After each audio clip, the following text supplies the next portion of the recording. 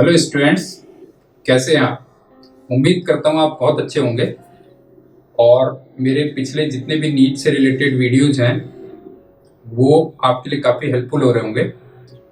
तो आज के इस वीडियो में हम लोग पूरा फोकस केवल नीट की फिजिक्स पे करेंगे, क्योंकि नीट एस्पिरेंट्स को जनरली फिजिक्स बहुत टफ लगता है। तो पहली बात मैं आपको ये बताऊं कि फिजिक्स एक कंसेप्ट्स का सब्जेक्ट है। अच्छा, उसमें कई बार मैंने देखा है कि स्टूडेंट्स की और टीचर्स की दो टाइप की अप्रोच होती है। जैसे कुछ स्टूडेंट्स या कुछ टीचर्स प्रॉब्लम से बेसिकली कंसेप्ट या फिर थ्योरी लर्न करते हैं, और कुछ टीचर्स या कुछ स्टूडेंट्स की ये स्ट्रेटेजी होती है कि वो कंसेप्ट और थ्योरी से देन प्रॉब्लम्स पे जाते हैं। तो मेरा जो अपना मानना है वो सेकंड वाली अप्रोच ज्यादा बेटर है कि आप पहले कंसेप्ट्स और थ्योरी को बहुत स्ट्रॉन्ग करिए एंड देन आप प्रॉब्लम्स में स्विच करिए। उसका रीजन बताता हूं क्यों। एक्चुअल में क्या है कि कंसेप्ट्स या थ्योरी वो लिमिटेड है। अच्छा, प्रॉब्लम्स की कोई लिमिट नहीं है। मतलब मार्केट में आपने देखा होगा इतनी सारी बुक्स होती हैं, इतने सारे टेस्ट सीरीज होती हैं कि प्रॉब्लम्स तो आपको एक ही टॉपिक में पता लगा। आपने काइनेमेटिक्स अगर पकड़ा तो उसमें ही पता लगा आपको 1000 क्वेश्चंस मिल जाएंगे। तो आप प्रॉब्लम्स के थ्रू अगर करना शुरू करोगे तो पता लगा आपका एक ही चैप्टर कभी कंप्लीट नहीं हो पाएगा। तो मेरी जो कॉल रहती है वो रहती है कि आप पहले कंसेप्ट्स और थ्योरी को बहुत स्ट्रॉन्ग कर लीजिए एंड देन आप प्रॉब्लम्स पे स्विच करिए। अब बात आती है कि आप कंसेप्ट्स को या थ्योरी को कैसे स्ट्रॉन्ग करेंगे।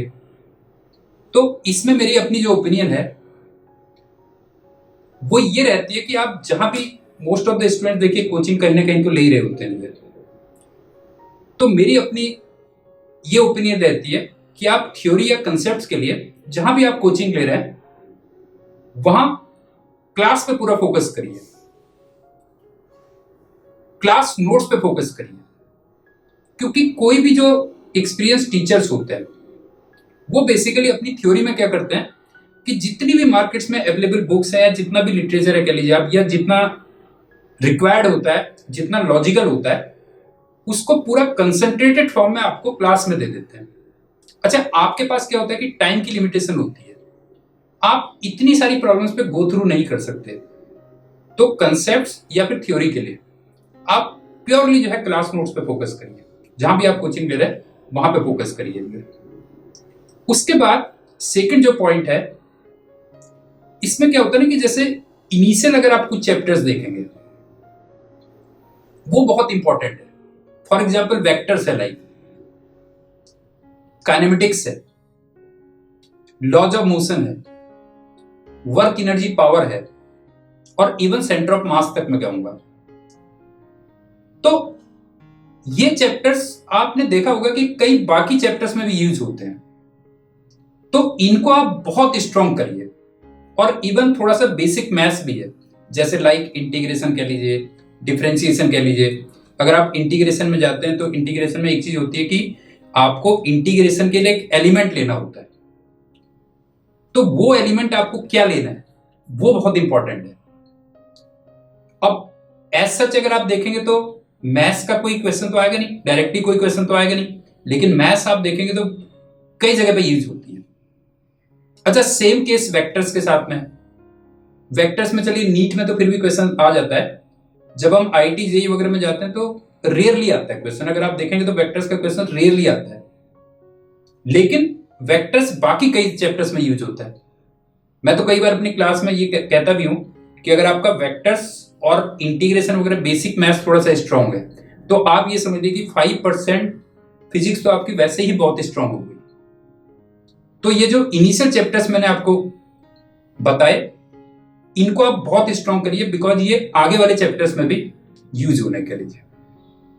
अच्छा, उसके बाद कुछ बच्चों का जैसे ये आता है कि जो बहुत टफ चैप्टर्स हैं फिजिक्स के कि वो बिल्कुल समझ में नहीं आ रहे, और उसमें तो खैर जैसे रोटेशन ही मैं कहूँगा, रोटेशन हो गया है ना, और इलेक्ट्रोस्टैटिक्स कुछ कह सकते हो, थोड़ा कुछ पार्ट इलेक्ट्रोस्टैटिक्स कह सकते हैं आप। तो जो बहुत टफ चैप्टर्स हैं उसको कैसे करना है, तो मेरा अपना ये मानना है कि जैसे ना सपोज करिए आपका रोटेशन है, मान लीजिए रोटेशन बहुत टफ चैप्टर माना जाता है और बच्चों को कॉन्फिडेंस नहीं आता उसमें, तो मैं तो ये कहता हूं कि जो टफ चैप्टर्स हैं उनके जो सिंपल टॉपिक्स हैं, सब टॉपिक्स कह सकते हैं आप, पहले उसको बहुत स्ट्रॉन्ग कर लीजिए।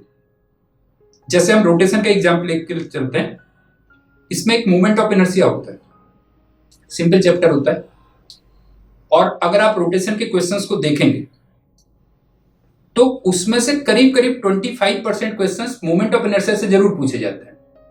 तो आप क्या करो, पहले मोमेंट ऑफ इनर्शिया आपने स्ट्रॉन्ग कर लिया, उसके बाद क्या होता है, जैसे काइनेमेटिक्स ऑफ रोटेशनल मोशन होती है, for example omega equal to omega not plus alpha T है, या कंजर्वेशन ऑफ एंगुलर मोमेंटम है, प्योरली सिंपल मतलब जो है जिसमें I omega equal to constant होता है, पहले आप उसको स्ट्रॉन्ग कर लीजिए। अच्छा, इतने चैप्टर्स आप जैसे सब टॉपिक्स आपने स्ट्रॉन्ग कर लिए ना, जो उसके सिंपल सब टॉपिक्स है उनको अगर आपने स्ट्रॉन्ग कर लिया और उनसे आपके क्वेश्चंस बनने लग गए, तो फिर आपका जो फियर होता है ना टफ चैप्टर से, वो बेसिकली चला जाता है। तो सेकंड राउंड पे आप क्या कर सकते हो कि टफ चैप्टर्स के जो टफ सब टॉपिक्स हैं फिर आप ले सकते हो। तो फाइनली मतलब मेरा ये कहना है कि जो भी आपको टफ चैप्टर्स लगते हैं उसमें से थोड़ा सा सोचिए और उनके जो इजी सब टॉपिक्स हैं पहले उसमें आप एक्सपर्टीज कर लीजिए। मतलब काफी हद तक वैसे ही होता है ना, जैसे सपोज करिए आपने फॉर एग्जांपल किसी शहर में आपका एक कोई बहुत बड़ा गुंडा है मान लीजिए, ठीक है, बड़ा टेरर है उसका जो है, मतलब वही टफ चैप्टर वाली बात हो गई है। तो आप एकदम से पहले गुंडे पे अटैक मत करिए, आप उसके जो पैदे हैं जो है, ठीक, आपने पहले उसके छोटे छोटे जो पैदे हैं उनको मान लीजिए सपोज करिए दो चार थप्पड़ मार दिए, तो वहां से आपको क्या होगा कि कॉन्फिडेंस आना शुरू हो जाएगा कि नहीं यार ऐसी बात नहीं है, मतलब जो टेरर है खाली बना रखा है, मैं इनको कर सकता हूं, तो धीरे धीरे मैं जो है गुंडे पे भी अटैक कर सकता हूं। तो एग्जैक्टली आप यहां पे भी कर सकते हैं। अच्छा, उसके बाद क्या होता है कि बच्चों की मेरे पास ये भी क्वेरीज बहुत आती हैं कि सर थोड़ा सा आप चैप्टर्स का ये बता दीजिए कि कौन से सिंपल चैप्टर्स हैं जिनको हमें करना ही चाहिए, कौन से टफ चैप्टर्स हैं, इस टाइप से। तो मैं दो उसमें क्लासिफाई कर देता हूं। जैसे जो आपको बिल्कुल भी मिस नहीं करनी चाहिए, जो चैप्टर्स आपको बिल्कुल मिस नहीं करने चाहिए, इसमें ये जो शुरुआती चैप्टर्स हैं वो तो है ही है, मतलब उनको मैं कुछ चैप्टर्स को ऐसा नहीं कहूंगा कि वो बहुत सिंपल हैं, लेकिन वो बहुत इंपॉर्टेंट है, उसको आगे चल के यूज होना है।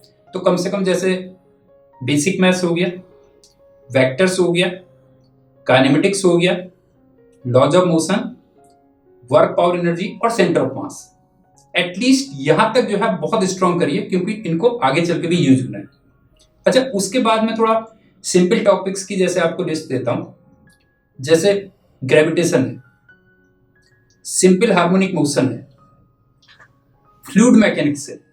फ्लूइड मैकेनिक्स में अभी आप सरफेस टेंशन और विस्कोसिटी को छोड़ सकते हैं। उसके बाद वेव मोशन है, हीट एंड थर्मोडायनेमिक्स है, करंट इलेक्ट्रिसिटी है, अल्टरनेटिंग करंट है और मॉडर्न फिजिक्स है। इनको मैं लेवल 1 की कैटेगरी में रखूंगा। एक बार मैं फिर से रिपीट कर दे रहा हूं, chapters, vectors, basic maths, kinematics, laws of motion, work power energy और सेंटर ऑफ मास। इसमें से कुछ चैप्टर्स टफ भी हैं लेकिन ये मस्ट है, कह लीजिए। उसके बाद जो सिंपल वाले टॉपिक्स हैं, ग्रेविटेशन, एसएचएम, फ्लूइड मैकेनिक्स जिसमें सरफेस टेंशन और विस्कोसिटी आप छोड़ सकते हैं, wave motion, heat and thermodynamics, current electricity, alternating current और मॉडर्न फिजिक्स। अच्छा, इसमें से भी मैं 3 टॉपिक्स पे थोड़ा और स्पेशल फोकस करूंगा, जैसे wave motion, heat and thermodynamics और मॉडर्न फिजिक्स। जब मैं अपनी नॉर्मल क्लास में पढ़ाता हूं तो अगर आप देखेंगे तो इन टॉपिक्स की जो कंप्लीट थ्योरी होती है, पूरी अगर आप थ्योरी देखेंगे तो मुझे नहीं लगता कि वो 30 या 40 पेज से ज्यादा में आती है।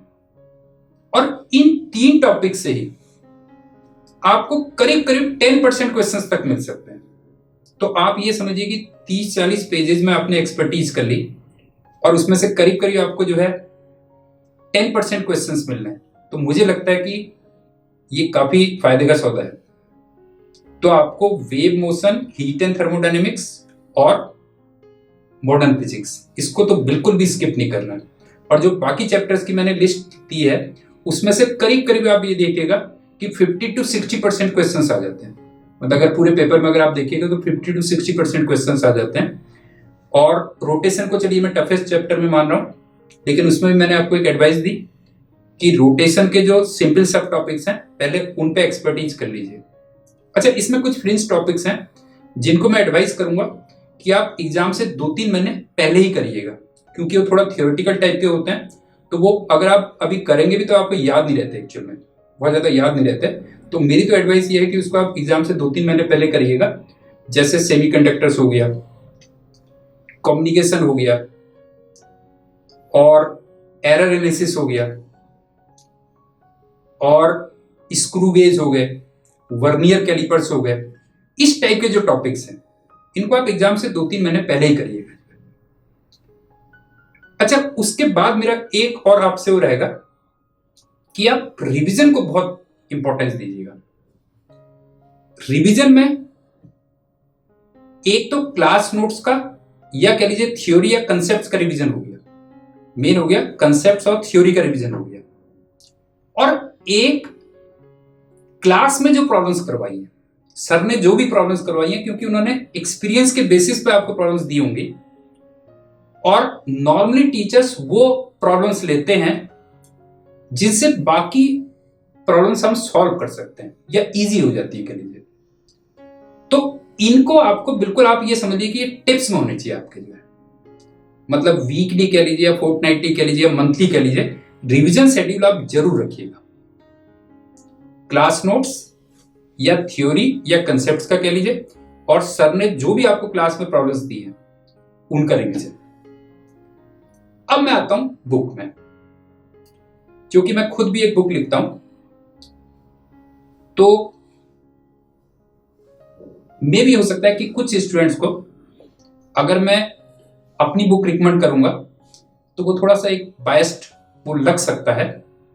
लेकिन हाँ, इतना जरूर कहूंगा कि आप जब भी करें एक सिंगल बुक करिए, क्योंकि नॉर्मल स्टूडेंट्स के लिए अगर आप देखिएगा, एक नॉर्मल बच्चे के लिए, क्योंकि 99% बच्चे नॉर्मल ही होते हैं, तो नॉर्मल बच्चों के लिए 2-3 किताब करना बहुत मुश्किल होता है।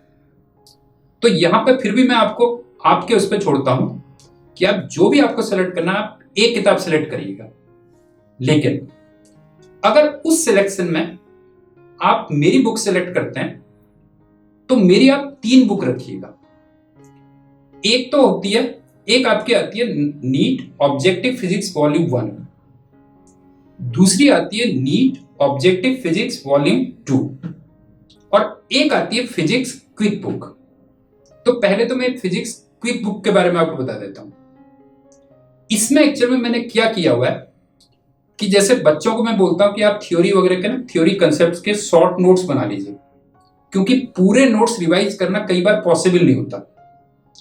अच्छा, बच्चे बनाते तो थे, मैंने कई बार देखा था कि बच्चे बनाते तो थे शॉर्ट नोट्स, लेकिन वो कई बार क्या होता है कि उसमें से इंपॉर्टेंट पॉइंट्स नहीं निकाल पाते हैं, और या जो पॉइंट नोट करते हैं वो इतने इंपॉर्टेंट नहीं होते। मतलब उसमें थोड़ा सा एक्सपीरियंस रिक्वायर्ड होता है कि वहां से जो शॉर्ट नोट्स बनाने होते हैं। तो मैंने अपनी इस किताब में बेसिकली उन्हीं पॉइंट्स को निकाल लिया है, मतलब उनको ब्रीफ कर दिया कह लीजिए। कि अगर जैसे आपके क्लास के नोट्स मान लीजिए 3-4 नोटबुक में हो रहे हैं, कई बार 3-4 नोटबुक तो लगी जाती है अगर आप देखेंगे, तो उसको मैंने थोड़ा सा ब्रीफ कर दिया है, तो आपकी उसमें थोड़ा सा हेल्प कर दी है। तो ये आपका जो मैंने कहा ना कि आप कंसेप्ट थ्योरी रिवाइज करेंगे, ये बेसिकली क्विक बुक उसमें बहुत कम आएगी। अब आती है दूसरी जो मैंने आपको बताया कि नीट फिजिक्स वॉल्यूम 1 और नीट फिजिक्स वॉल्यूम 2। ये मैं प्रॉब्लम्स के लिए कह रहा हूं, थ्योरी के लिए मैं अभी भी नहीं कह रहा हूं, क्योंकि थ्योरी में क्या होता है कि वो नॉट ओनली माई बुक, आप किसी दूसरी बुक में भी जाएंगे तो कई बार क्या होता है कि बहुत ज्यादा इलाबोरेट करके लिखा होता है, और कभी कभी वो पॉइंट्स भी लिखे होते हैं जो कि हमें रिक्वायर्ड नहीं होते कह लीजिए। और वो टीचर्स ने आपकी तरफ से, मैंने आपको पहले ही बताया कि वो मेहनत कर दी है और वो निचोड़ निकाल के आपके क्लास नोट्स में डाल दिए है। तो बुक को आप थ्योरी के लिए मत करिएगा, प्रॉब्लम्स के लिए करिएगा, ठीक है ना, उसको प्रॉब्लम्स के लिए करिएगा। तो ये 2 बुक्स में बेसिकली आपको प्रॉब्लम्स बताता हूं, 2-3 टाइप की मिलेंगी। एक तो जिसमें चैप्टर चल रहा होगा उसमें आपको एग्जांपल्स मिलेंगे। उसके बाद जैसे एक टॉपिक आपका खत्म हुआ तो आपको चेक पॉइंट के नाम से मिलेगा, और जब पूरा चैप्टर खत्म हो जाएगा तो फिर आपको चैप्टर एक्सरसाइजेज मिलेंगी। अच्छा, चैप्टर एक्सरसाइज भी आपकी क्या होगी, वो 3 पार्ट्स में मैंने डिवाइड की है। अभी जैसे उसका नाम होता है, कई बार वो चेंज भी होता रहता है, तो अभी जैसे उसका जैसे सबसे पहले आपको जो मिलेगा उसका नाम मिलता है टेकिंग इट टुगेदर मिलता है। उसके बाद जो आपको मिलता है वो मिलेगा medical entrance special format questions, और लास्ट में आपको जो मिलेगा वो मिलेगा मेडिकल एंट्रेंस गैलरी।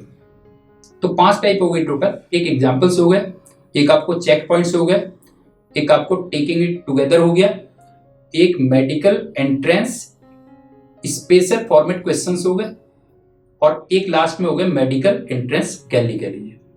अब इनमें से कितने करना है, एक्चुअली में क्वेश्चंस काफी ज्यादा होंगे, सब टोटल मिला के इसमें क्वेश्चंस थोड़े ज्यादा होंगे। तो अगर आप 11 से तैयारी कर रहे हैं या कई बच्चे उससे पहले से भी तैयारी कर लेते हैं तो मैं कहता हूं कि आप कंप्लीट करिए, ठीक है ना, आप फिर सारे क्वेश्चंस कर लीजिए, ठीक। लेकिन कई बच्चे क्या होता है कि 12th में प्रिपरेशन स्टार्ट करते हैं और 12th में उनको दोनों बुक्स करनी होती हैं, तो कई बार उनके लिए फिर इतना पॉसिबल नहीं हो पाता है ना, इतना पॉसिबल नहीं हो पाता कि इतने क्वेश्चंस कर लें। और क्या होता है कि वो शुरुआत में करते हैं लेकिन बाद में क्या होता है कि पता लगा जो है उनको लगता है कि चैप्टर्स काफी रह गए हैं जो है। तो अगर आपके पास टाइम की कंस्ट्रेंट है, या कई बार कुछ बच्चों के स्टडी आवर्स उतने ज्यादा नहीं होते हैं, तो फिर मैं कहूंगा कि आप 2 क्वेश्चन जरूर कर लीजिएगा उसमें। एक तो जो एक्सरसाइज में जो लास्ट में आपको मिलेगा टेकिंग इट टुगेदर वाला कर लीजिएगा, और मेडिकल एंट्रेंस गैलरी, इतना जरूर कर लीजिएगा। इतना मेरे ख्याल से जो है कर सकते हैं आप, जो है कम टाइम में भी आप कर सकते हैं, और इसमें नॉर्मली आपको वैरायटी ऑफ क्वेश्चंस कवर हो जाएंगे।